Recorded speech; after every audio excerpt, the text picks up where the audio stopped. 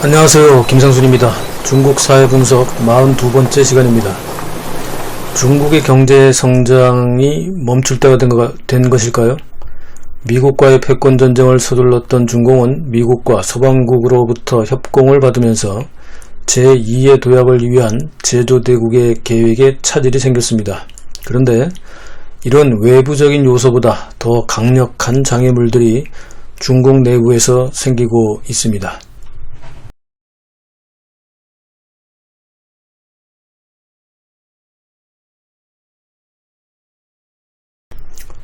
중국의 인구가 예상보다 더 빨리 올해를 정점으로 내년부터는 감소세로 돌아설 것이라는 전망이 나왔습니다. 중국은 한 가구 한 자녀 정책이 2016년 폐지되었지만 계속해서 출생률이 감소하고 있습니다. 중국의 인구 감소는 통계조사에서 드러났습니다. 인구 1000명당 출생률은 1990년에는 21.6명, 2000년은 14.3명, 2010년은 11.9명, 그리고 2020년에는 8.52명으로 가파르게 줄어들었습니다. 2020년 중국의 출생인구는 약 1200만 명으로 전년 대비 18%가 하락했고, 사망자 수는 2019년 998만 명에서 2020년에는 1036만 명으로 늘었습니다. 출생률 감소 추세에 따라 2021년 올해는 출생인구가 작년에 1200만 명에서 1000만 명 이하로 예상되고, 사망자 수는 작년에 1036만 명과 비슷하거나 증가할 것으로 예상된다고 합니다. 예상대로 이렇게 된다면 중국 인구는 올해가 인구 곡선의 데드크로스가 발생하게 됩니다. 중국에서 60세 이상의 인구는 급격하게 증가하고 있습니다.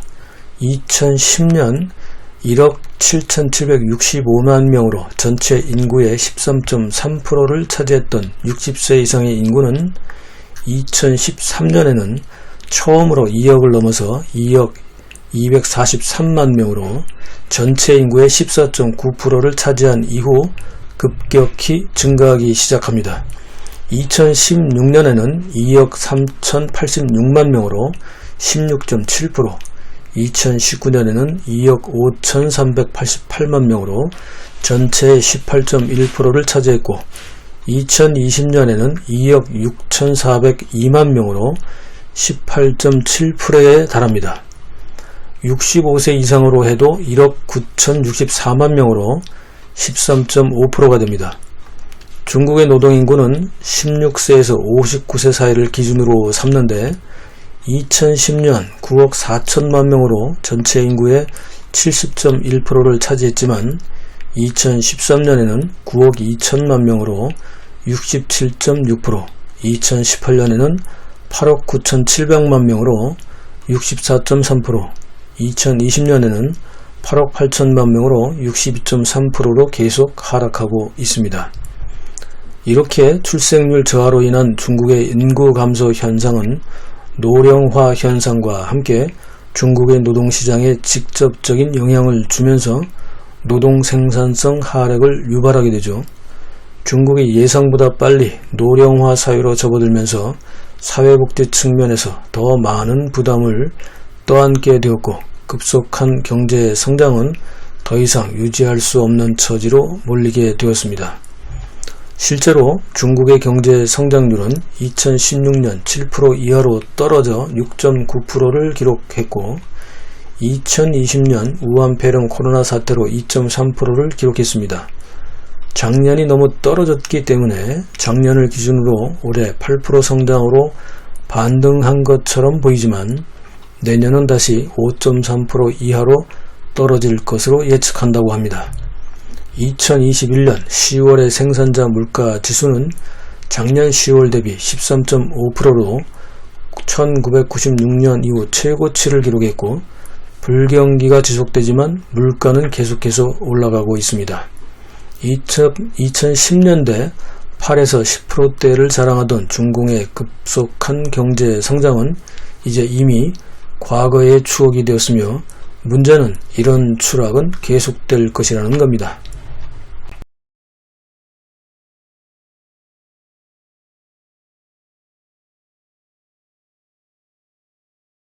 중공이 국민당을 몰아내고 중국을 세운 1949년 이래 2020년까지 출생률의 변화를 잠시 살펴보겠습니다.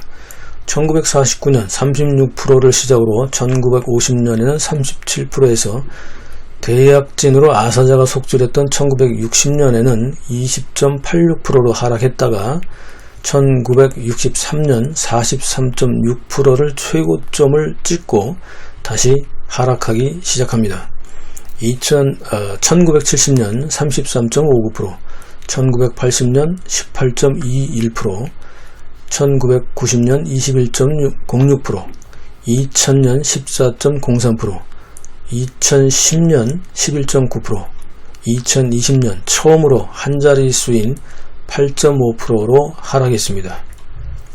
특히 2010년대에 들어서면서 출생률이 대폭 줄어든 이유는 비혼 추세의 확산에 있는데요. 인구 1000명당 결혼 건수를 보면 2014년에 9.6건, 2016년 8.3건, 2018년 7.2건, 2020년에는 5.8건으로 계속 줄고 있습니다. 결국 2020년 중국의 혼인신고는 총 810만 건으로 역대 최저치를 기록했습니다. 중국은 현재 약 2억 4천만 명이 솔로이고 이 중에서 부모로부터 독립하여 혼자 사는 1인 가구는 2018년 약 7,700만 명에서 2021년에는 9,200만 명에 이를 것으로 추정하고 있습니다. 이들 솔로족들은 대부분 대도시에서 거주하고 있고 이들 중에서 약 40%는 월급을 받으면 한 달 만에 받은 월급을 모두 소비하는 월광족들이라고 합니다. 월광족들이 증가하는 현상은 바로 비혼족이 증가하는 현상이기도 합니다. 중국의 청년들은 결혼 준비를 위한 저축보다 한 달 월급으로 한 달을 살면서 결혼을 기피하고 있습니다. 이들이 결혼을 기피하는 이유는 몇 가지로 요약할 수 있는데요. 첫째는 불경기와 취업난으로 언제 실직자가 될지 모르는 불안감입니다. 중국은 현재 미국과의 패권전쟁을 시작하면서 미국의 경제봉쇄 정책으로 고전하고 있습니다. 특히 해외 오더가 끊어지면서 공장 폐업과 실직자 증가로 내수 경제는 심각한 정체 상태에 빠졌습니다. 둘째는 특히 남성의 경우 신부 측 부모에게 신부를 키워준 대가로 주어야 하는 차일이라고 하는 신부 몸값 때문입니다. 우리 돈으로 적어도 몇 천만 원이 기본인 이 신부 몸값은 신랑이 준비해야 합니다. 셋째, 신랑은 신부 몸값은 물론이고 신혼집도 마련해야 합니다. 넷째, 출산 이후 막대한 교육비에 대한 부담감 역시 결혼을 망설이게 하는 이유가 되죠. 결혼 감소로 인한 신생아 출산 감소 이외에도 결혼을 한 사람들도 불안한 경제 상황으로 의도적으로 임신을 기피하는 현상이 발생하고 있습니다. 이로 인하여 중국 내 연간 콘돔 생산량은 1995년 약 10억 개에서 2020년에는 100억 개로 늘었지만 콘돔의 무역 수지는 4,450만 달러 약 526억 원의 적자라고 합니다. 엄청난 양의 콘돔을 생산하여 일부 수출을 하기도 하지만 적자만큼 콘돔을 수입하고 있다는 거죠. 상황이 이렇게 돌아가자 중공의 관변 언론은 지난 10일 사설을 통해 9,500만 명의 공산당 당원들이 국가의 인구 성장에 대한 책임과 의무를 다해야 한다며 당원은 의무적으로 3명의 자녀를 낳아야 한다고 강조하여 빈축을 사고 있습니다. 중국 네티즌들이 이에 대해 크게 반발하자 이 기사는 삭제되었지만 SNS를 통해 캡처된 내용이 돌면서 논란이 확산되고 있습니다. 불경기로 경제적 여유가 없는데 어떻게 결혼을 하며 어떻게 아이를 키우냐는 것이 공통된 불만이고 중공이 실업 문제와 경기 활성화를 위해 당 간부와 정부 관료들이 착복한 돈만 풀어도 대부분의 빈곤 문제가 해결될 것이라는 성토를 받고 있습니다. 오로지 출세하기 위해 시진핑과 고위층에게 아첨이나 하고 과잉 충성을 보이려고 했던 자들은 오히려 부메랑을 자초한 셈입니다.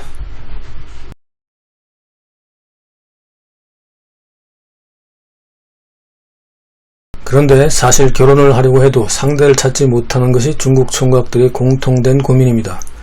중국은 1949년 건국한 이래 1953년 제1차 인구조사를 시작으로 1964년, 1982년, 1990년, 2000년, 2010년 그리고 2020년 이렇게 모두 7차례의 인구조사를 했습니다. 그러나 과거 중국의 통계는 부실하기 때문에 정확성이 매우 떨어집니다. 2020년 하반기에 실시한 7차 인구조사의 결과는 올해 5월 11일 발표되었는데요. 중국의 총 인구는 2020년 기준으로 약 14억 1178만 명으로 6회 조사였던 2010년과 비교시 10년간 7206만 명이 늘어 5.38%의 증가율을 보였습니다. 젊은이들이 주로 도시에 몰리다 보니 도시의 인구는 약 9억 200만 명으로 63.89%이고 농촌 인구는 약 5억 979만 명으로 36.11%로 10년 전보다 도시 인구가 14.21%가 증가했습니다. 젊은이들은 특히 공장이 많은 광둥성으로 많이 몰렸고 광둥성이 중국 전체에서 가장 많은 인구를 보유하고 있습니다. 중요한 것은 남녀 성비인데 남자는 약 7억 2334만 명으로 51.24%이고 여자는 6억 8844만 명으로 48.7%이라서 남녀 성비는 2010년과 비슷한 105.07입니다. 즉 남자가 여자보다 약 3490만 명이 많습니다. 실제 결혼을 해야 하는 20세에서 40세까지의 남성과 여성을 비교하면 남녀 성비 불균형은 108.9이고 남성이 여성보다 많은 숫자는 1752만 명이라고 합니다.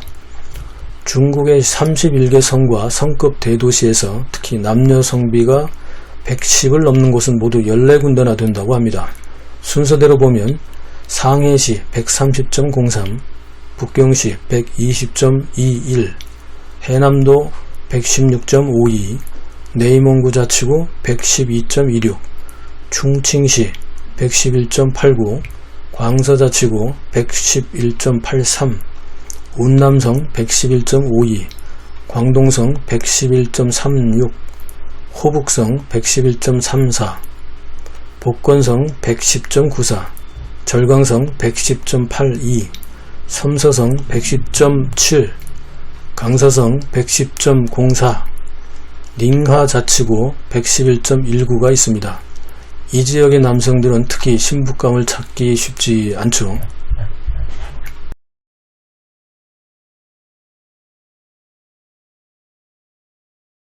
지금은 많이 개선되었다고 하지만 중국인들의 전통적인 남아선으로 남녀 성비가 무너져서 지금도 2020년 기준 20세에서 40세 사이의 남성 약 1752만 명이 산술적으로는 중국에서 신부감을 찾지 못하는 상황이다 보니 이들은 동남아에서 신부감을 찾고 있다고 합니다.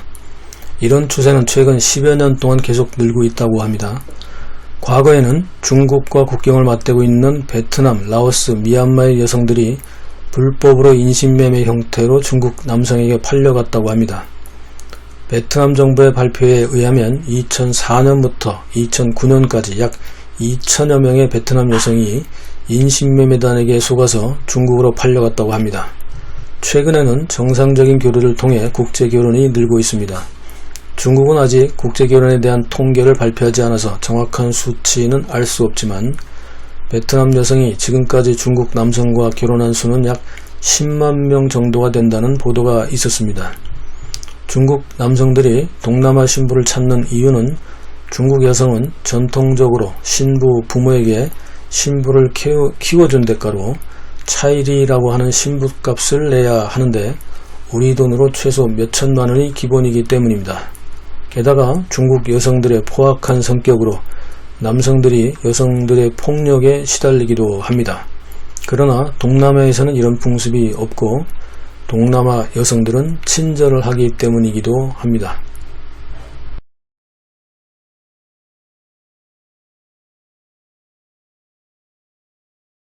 동남아 신부를 맞이할 수 있는 젊은이들은 도시에서 생활을 하는 중국 청년들이지만 아직도 낙후된 중국의 서부 내륙의 산간 농촌 지역에 사는 사람들은 열악한 교육 수준 등으로 해외는커녕 대도시도 구경하지 못하고 농촌에서 살고 있습니다. 이들이 농촌에서 신부를 구하는 것은 하늘의 별을 따는 것과도 같을 정도죠. 중국의 젊은 여성들은 외진 농촌 총각을 외면하고 대도시로 가기 때문에 불법이지만 소수민족의 여성들을 돈을 주고 매매혼을 하거나 심지어는 아직도 인신매매단에게서 신부를 사기도 한다네요. 그러나 그것도 형편이 되지 않는 사람들은 죽은 사람의 유골과 영혼 결혼식을 올리기도 합니다. 지난 10월 15일 중국 산동성의 지寧시에서 활동하던 유명한 인터넷 1인 방송 스타가 생방송 도중 댓글러들과 대화를 하다가 농약을 마셨고 병원으로 옮겼지만 이미 숨을 거두었습니다. 이때 한 사람이 영혼 결혼에 팔기 위해 화장장 인부와 짜고 유골을 바꿔치기 하는 수법으로 유골을 빼돌리다가 발각되어 공안에 잡혔습니다. 이 외에도 몰래 무덤을 파헤쳐서 영혼 결혼식을 올리는 경우도 있었다고 합니다. 중국의 경제 성장이 멈출 때가 되었습니다. 2019년 말 1인당 GDP가 10,000불을 넘기면서 중진국 함정에 직면한 중공은 예상보다 더 이른 시간에 중국 내부의 구조적 모순으로부터 발생되는 각종 사회적 문제로 인한 수렁에 빠져들고 있습니다. 만연한 부정부패로 체제 모순의 극치를 만든 중공은 급속한 성장을 하면서 등한시해왔던 중국 사회의 구조적 모순으로 인하여 유발되는 생각지도 않았던 복병을 만났습니다. 한 번도 겪어보지 못한 새로운 함정에 발목이 잡혀있는 중공이 국내외에 얽힌 복잡한 문제들을 해결할 수 있을까요? 여러분께서는 어떤 생각이 드십니까?